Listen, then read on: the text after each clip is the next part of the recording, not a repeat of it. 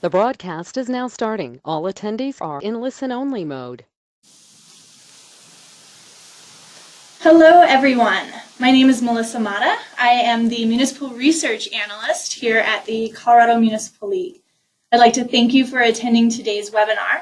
And those of you who are elected officials who have registered will receive 1 university training credit.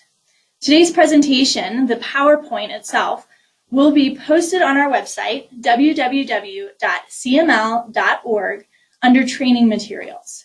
The webinar is also being recorded and will also be posted to our website. For those of you who aren't familiar with the webinar format, you should see a control panel to the top right of the screen. You have an orange arrow to the left of the panel, which will minimize the entire box. All participants will be muted for the webinar, but you are encouraged to ask questions by typing them into the question box on the control panel. We'll hold a Q&A near the end of the webinar, but please feel free to type the questions as you think of them throughout the presentation. We have 2 presenters today, Ashley Brassavan and Devin Boyce. Ashley Brassavan is an account executive and has been in the energy and facilities industry for 6 years. She is responsible for working with McKinstry clients to identify energy savings performance contracting opportunities, to promote resource conservation management services, and develop innovative energy and facility solutions for the private and public sectors.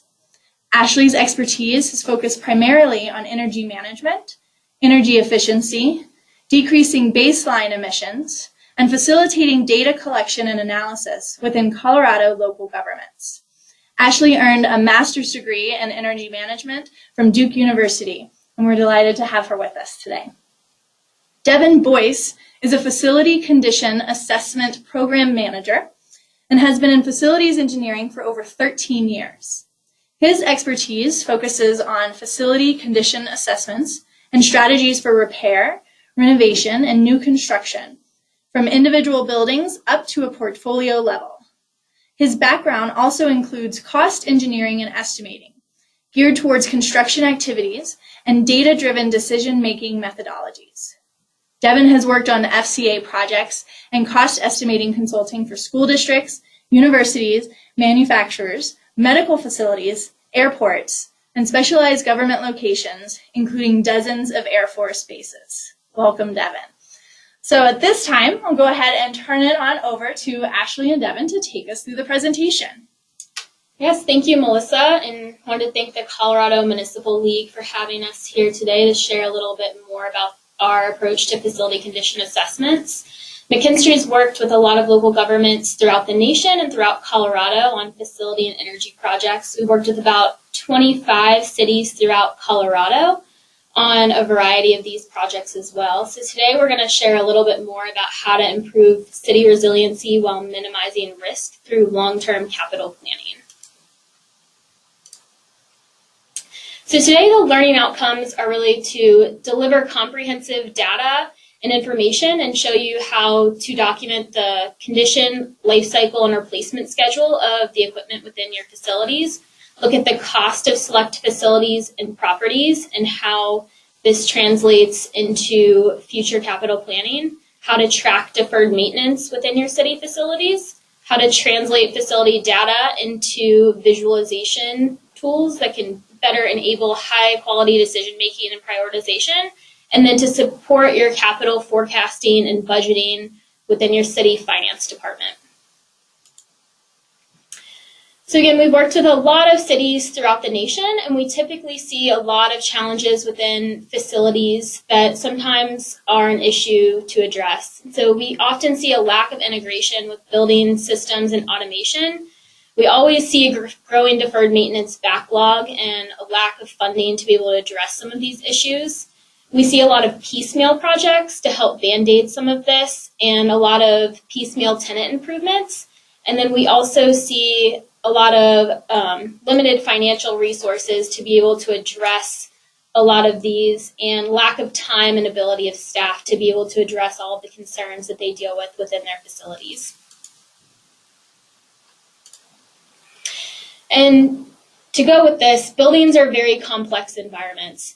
So your building operators are a key part of your city, and they have to address all of the things that go into your building and help maintain the building over the life cycle of the building. And you can see here, there's a lot of pieces that go into your building, and so this is a key part in maintaining your facilities, is being able to have this facility asset assessment, condition assessment, and inventory within your city. So why do you create long-term strategies? Well, the cost of deferred maintenance is really high. It's actually been shown that emergency repairs are often 4 times as costly as doing preventative maintenance in the first place. And about 88% of facility managers and building operators say that this is an issue within their building portfolio.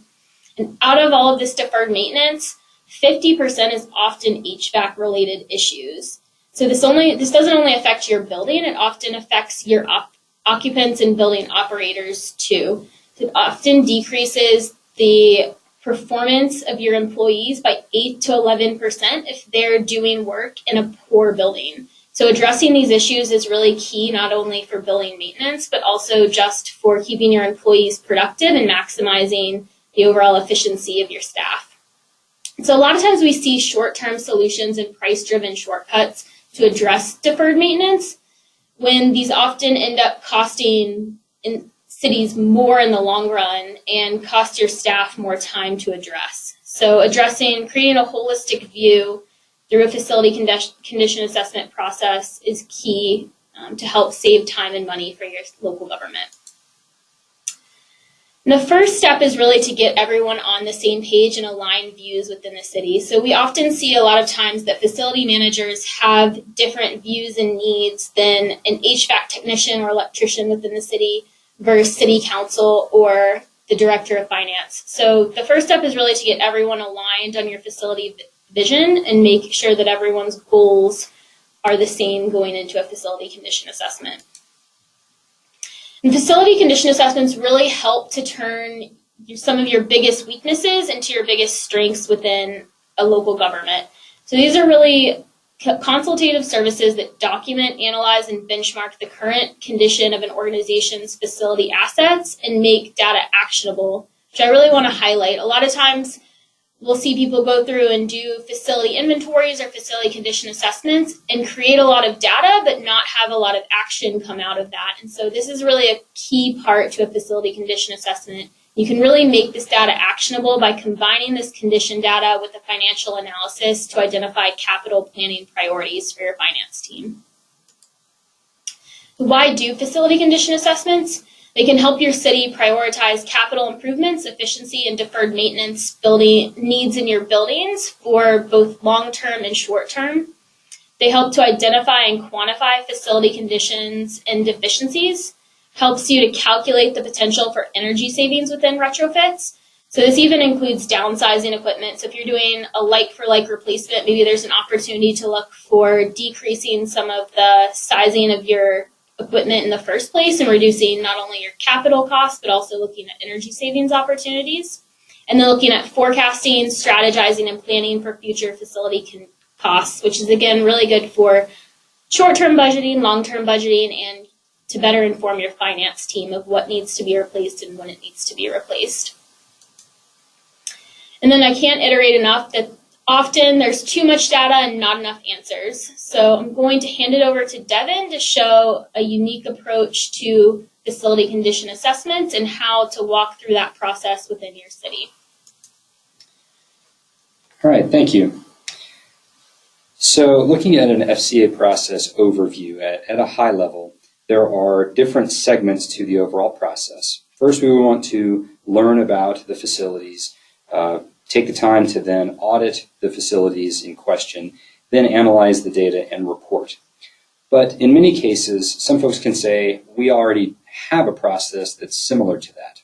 If you're leveraging a computerized maintenance management software package, those tools tend to like to make lists of things.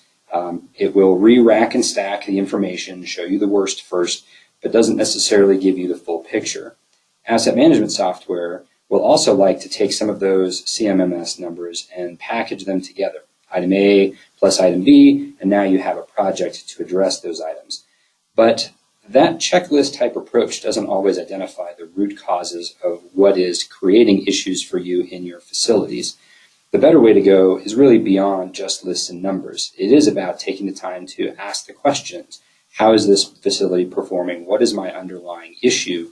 To be able to look at the current status of the components, understand how that contributes to the issues that you're facing, then analyze the findings and come out with a report that shows the balance of immediate issues plus long-term actions that are based on the priorities that you have.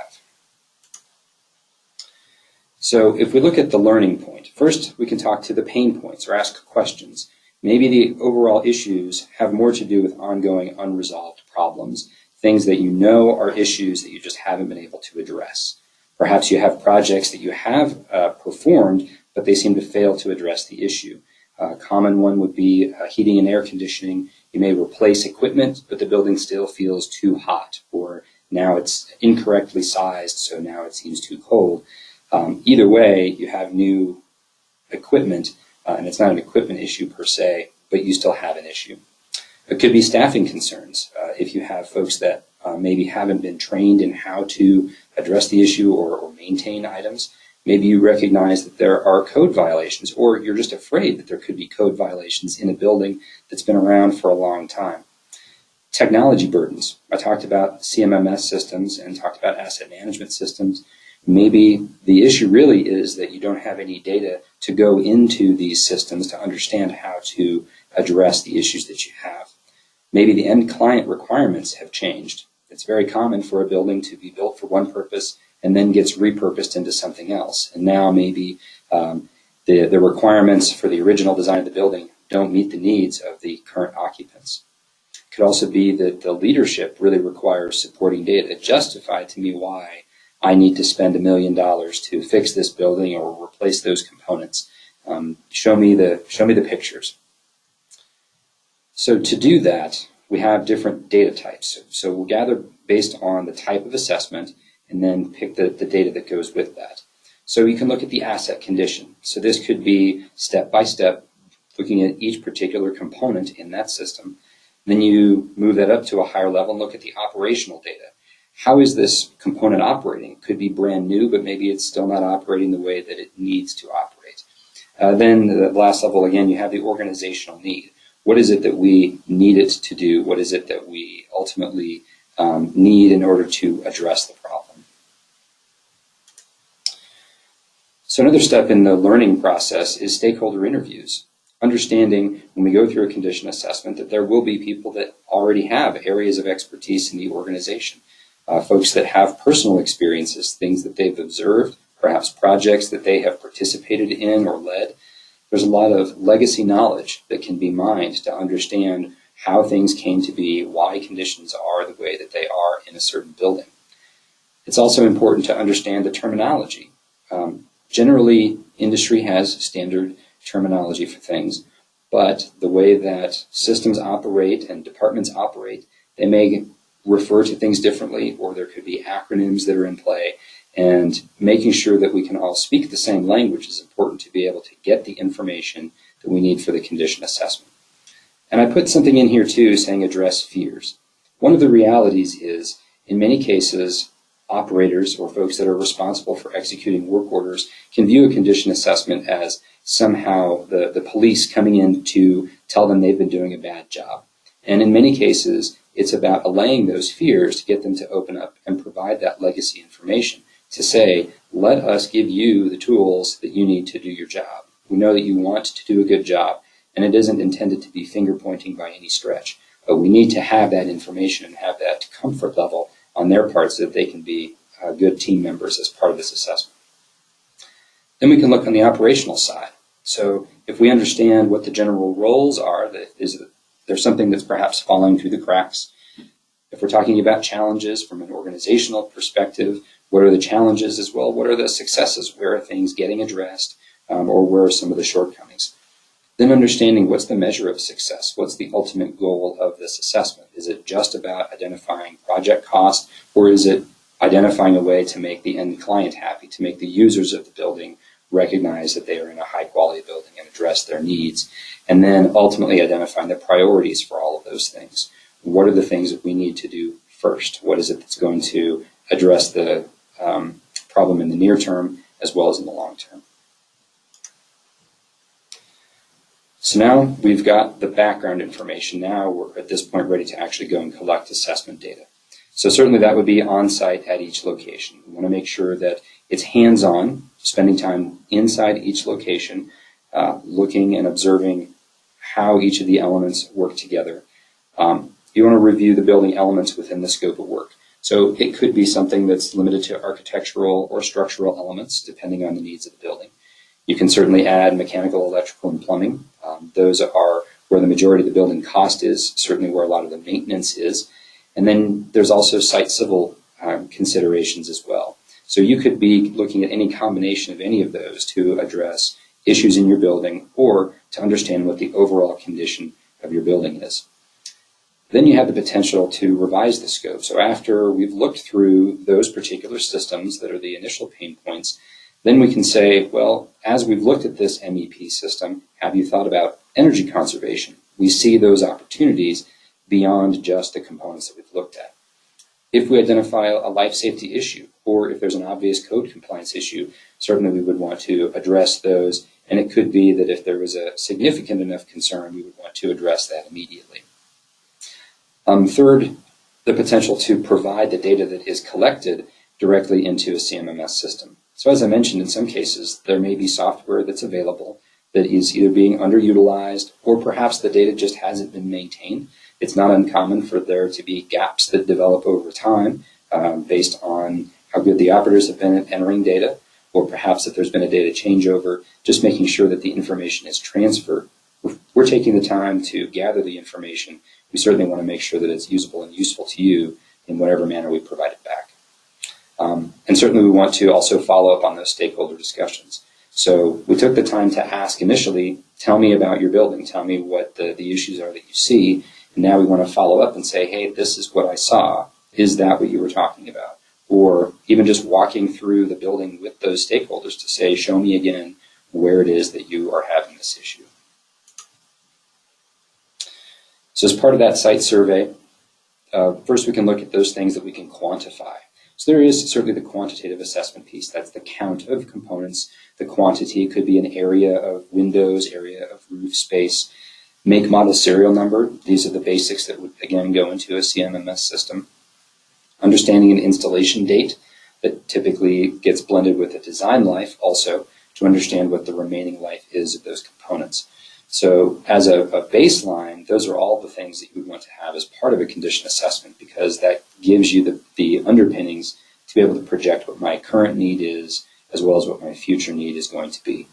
In some cases, it may be that that remaining life is an engineering estimate. It could be that something that is intended to be to last for 10 years, perhaps the maintenance has been superb, or perhaps it hasn't been utilized as much as the original designers had intended, so there could be a long life remaining. So documenting that here is really what informs the future capital needs. Beyond the quantitative portion, though, there's the overall qualitative assessment.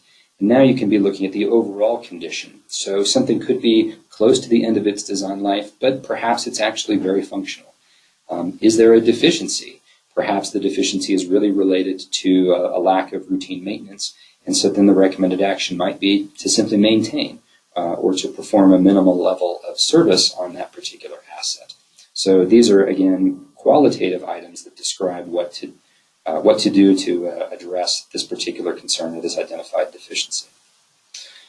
You could be looking at energy conservation, and certainly that could be quantified later, but at this level, or at least initially, are they good candidates for energy conservation? Simply identifying that can go a long way to aggregating these into an energy conservation program later.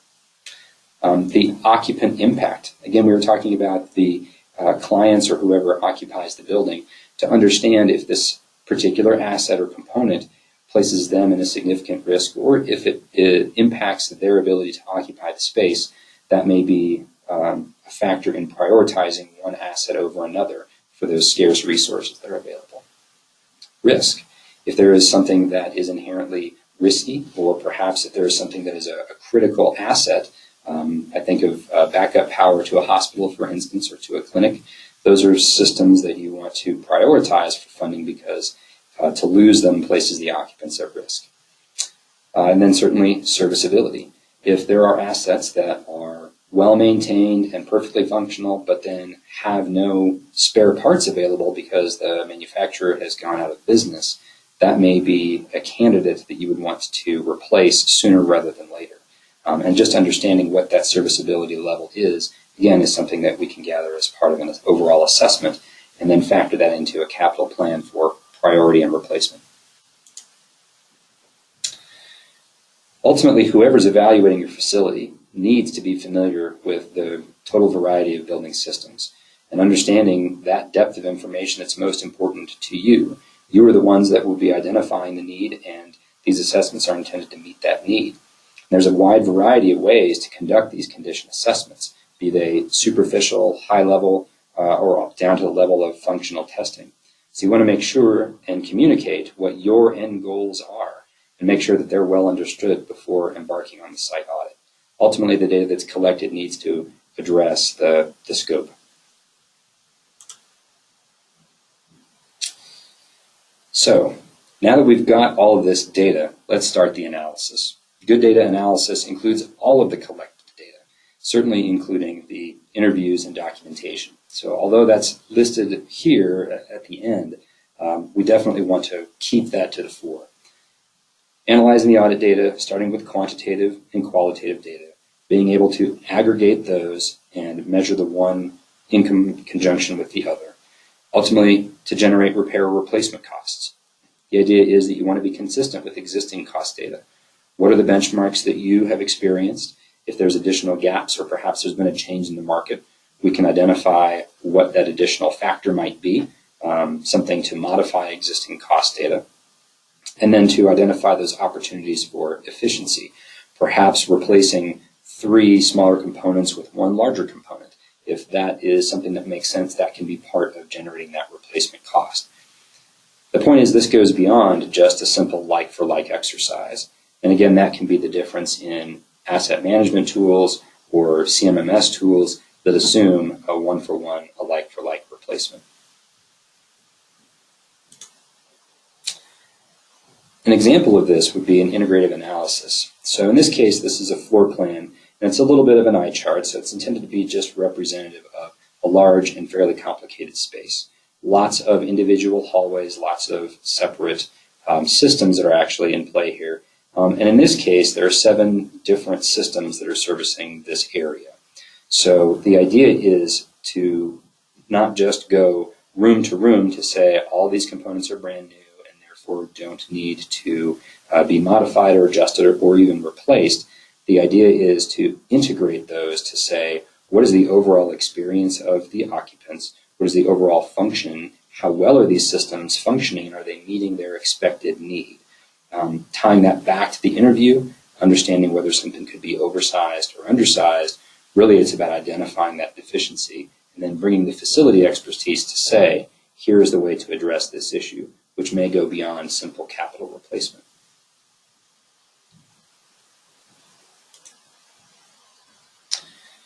So getting down to the costs, again, a bit of a detail here, but we feel the best practice is really to do a detailed cost estimate. So in this case, something that's typical is a CSI construction format, broken down. You can see here architecture-related items. There's equipment and furniture, fire protection. This goes building system by system.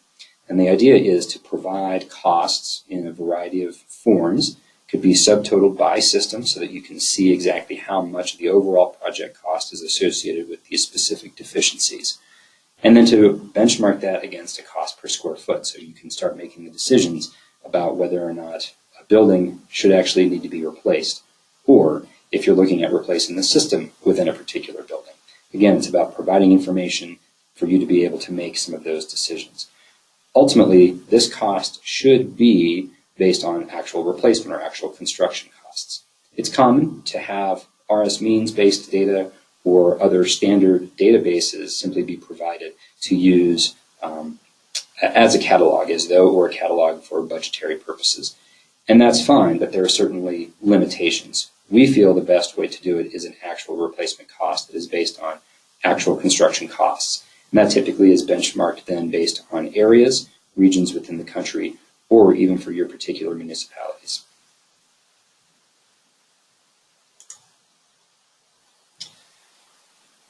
So next we have the reporting. So after we've gathered the information, we've had a sense of what is the current situation, we have the data, and we've started to do the analysis. Now it's about summarizing both the quantitative and qualitative information that's available about the facility, highlighting in some cases that information may be new to you or maybe new or not otherwise documented for folks that within the city. To then calculate a priority for each asset that has been assessed based on the data that's available. So those factors that we talked about before that had to do with perhaps an occupant impact, perhaps a risk, serviceability, as well as condition, ranking each of those together, coming up with a methodology to generate a priority that then you can adjust based on how each of those may change in the future. So creating a framework for that priority. Then to deliver the detailed asset data in a usable format. And it may be, if the intent of that particular condition assessment is to provide simple high level, I need a simple number of conditions that I can rank, then great. Maybe it's more detailed. Maybe it does need to be down to that component level to say how many air handlers do I have? How many VAV boxes do I have if I'm picking on mechanical systems? How many windows do I have? That can all be a factor there. And then uploading potentially a template of that data into a CMMS tool. Factoring all of that together, the detailed asset data, then producing a capital replacement budget. What do I need right now? What's my deferred maintenance right now based on this assessment, based on all of these pictures? And then looking beyond that, what's beyond the simple maintenance of what actually needs to be replaced in 1 year, 3 years, 5 years, 10 years, certainly for long life items that go out to 20 years or more.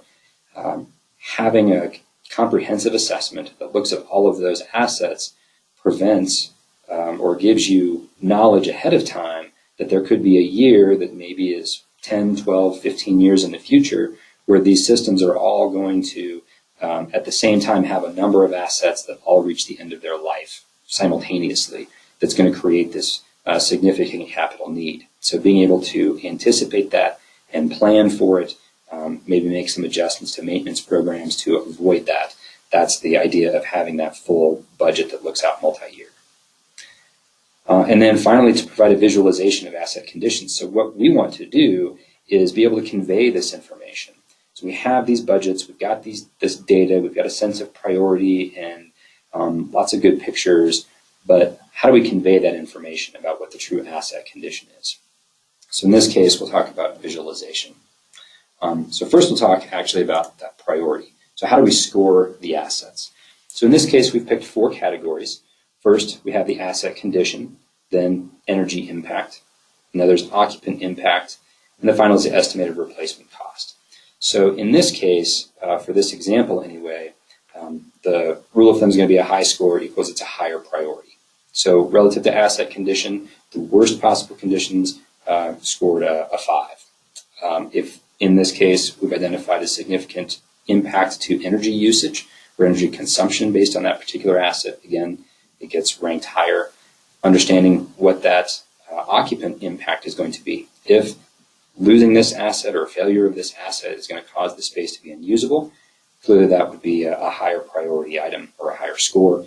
And then certainly understanding what the cost of those items is. If that's going to be a significant cost driver, then we want to make sure that that gets identified. And again, that's in this case in real dollars. Because we are dealing with financial projections, we want to make sure that as we project into the future that we do take into consideration inflationary costs. So ultimately, this list could be longer. There could be other aspects like we were talking about was the risk score. That could be something that gets added in here 1 to 5. We just picked these 4 as a baseline, as a stock standard. Ultimately, it is kind of like golf. Like I say, high score really means a higher priority, so you want to keep these scores low. Okay, so once we have that sense of priority, now we can balance the reporting with this prioritization. So in this case, the facility condition assessment, this is a visualization tool. This will let you demonstrate and show all of the data at once to then make those data-driven investments in your facility. So ultimately, the goal is to have this drive whatever your focus would be, to use the sliders across the top. In this case, we have asset condition. I think that's public input, and then the estimated life remaining. So as each of those would be the boxes previously, so each of those is scored by asset. And as you choose to rank one or the other, or even offer a weighting, so perhaps one is going to weight more significantly than another, one factor more than another, that changes all of the data that's down below. So each of those boxes, the large box overall is going to represent one particular, in this case, department, public safety. So there are 3 departments in this example: public safety across the top, water department, facilities in the middle, and then administration buildings at the bottom. So each of those boxes then has smaller boxes within it. And those are going to represent different asset classes, or each building rather. And then inside that building are the smallest boxes, and those are the ones that are shaded with different colors. Those will represent individual assets within the building. So depending on how each of those factors is weighted, and depending on the priority, is going to ultimately change those colors. And this is going to give you an ability to see what's the state of the department as a whole, again, relative to the facilities. Show, based on the overall size of the buildings, how many assets are in this particular building. That's the size of each of those individual squares. And now what's the shading? What's the condition of each of those assets within that particular building, within that particular department? So you can look, in the case of the administration, you can see the square all the way to the right generally is cooler in color than the one that is second from the right. There's a lot of red in there, which indicates that that particular building within the administration department has a lot of assets that scored highly on that priority scale. So those would be, in the worst condition, highest candidates for to be addressed, basically.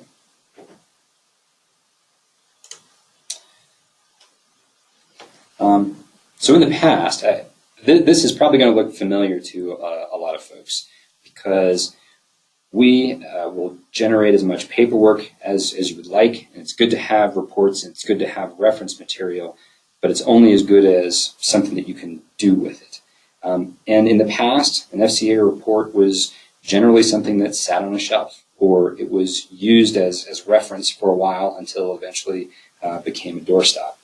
The results of the assessment need to be something that is usable to you and useful and ultimately actionable. It needs to drive action in order to address the conditions that are identified.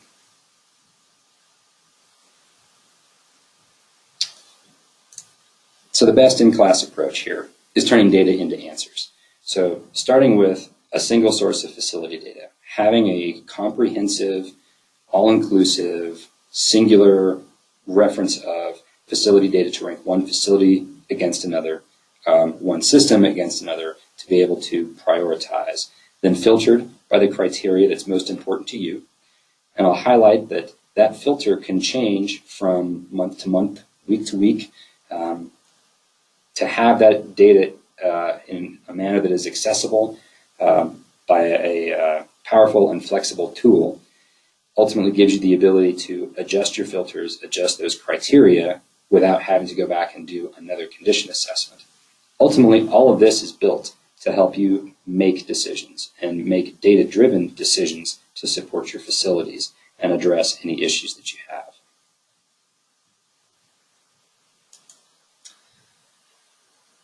For an overview of the process, again, at a high level, we talked about learning, auditing the facilities, doing the analysis of the data, and reporting. But if we move this up a little bit, we can see that the learning portion talks about reviewing the existing conditions and understanding what's happening at the site level, performing those on-site interviews, and then doing a walkthrough survey.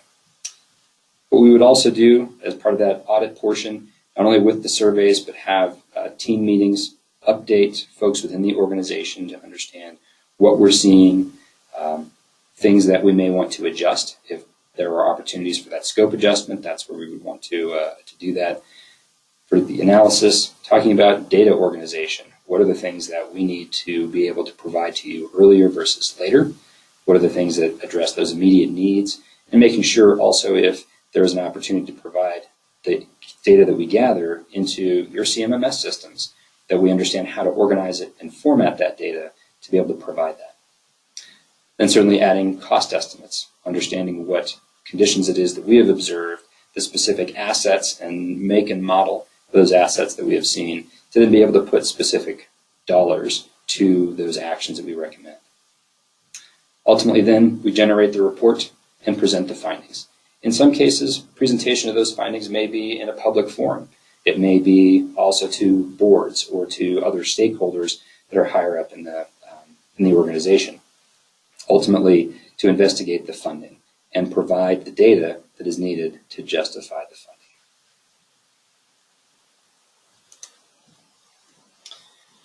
So ultimately, why perform a facility condition assessment? A properly performed FCA creates a central database for facilities information. Having all of that at your fingertips is an ultimate goal for facility managers. Having the data granularity, understanding this is the data at the central plant level, at a facility level, or all the way down to individual components, or in this case, we're talking about submeters. Keeping that institutional knowledge, information that lives, certainly is going to live within a database versus having just a few gatekeepers. That can be something that's transformational for a particular department or for a city. Financial resources that are determined annually, but understanding what those needs are going to be ahead of time, staying ahead of the curve and getting away from emergency repairs to be able to stay on top of maintenance. Optimizing and prioritizing projects and costs, understanding whether something is going to cause more problems later on, or something being able to convey how a project is going to impact users or any of those stakeholders to help prioritize which projects need to happen and when, and also understanding what those costs are going to be. Ultimately, to address aging facilities that have outdated equipment and systems. Operating a city and its facilities is very challenging, and it isn't something that's going to get easier. Limited resources, certainly competing needs, these are all factors that support an FCA, but making sure ultimately that you can make the right decisions based on the data that you can collect. That's the point to an FCA. All right. Wonderful. So this is Melissa again. I would like to thank you both, Ashley and Devin, for that. As a municipal research analyst, I get to sit in on webinars, whether it's something I deal with day to day or not. So it's always fascinating to learn something new. So what I'll go ahead and do now is double check to see if there are any questions that were submitted during the presentation. It looks like at this time there aren't any questions. I'll give you just a few moments to see if you need to type anything in right now. I would like to point out that before the webinar started, Ashley mentioned that McKinstry will be at our summer conference this June. So Ashley will be in attendance. Devin, will you be there? I'll check my schedule. I will be there if I can, absolutely. Okay. So at the very least, Ashley will be there. So some of our attendees today have had a relationship with McKinstry in the past, so you'll want to make sure you go say hi. But other attendees, if you haven't worked with them yet, I know CML appreciates the relationship that we've had over the years. So you'll definitely want to check them out at our conference in June. And so it doesn't look like we have any questions now, so we'll go ahead and wrap things up. I do want to thank all of our attendees today for making the time, especially since we had that last minute reschedule thanks to the bomb cyclone two weeks ago. I want to thank Ashley and Devin for coming today and sharing their knowledge with us. So once again, I will be posting the PowerPoint that was used today, as well as the recording of the webinar on the website by the end of this week. I'll also go ahead and email the two items directly to those of you who did participate today. I know a couple of you said that you had other employees that you were hoping would be able to watch the recording. So keep an eye out for that by the end of this week. And thank you all for joining us today. This concludes today's webinar, and have a wonderful afternoon.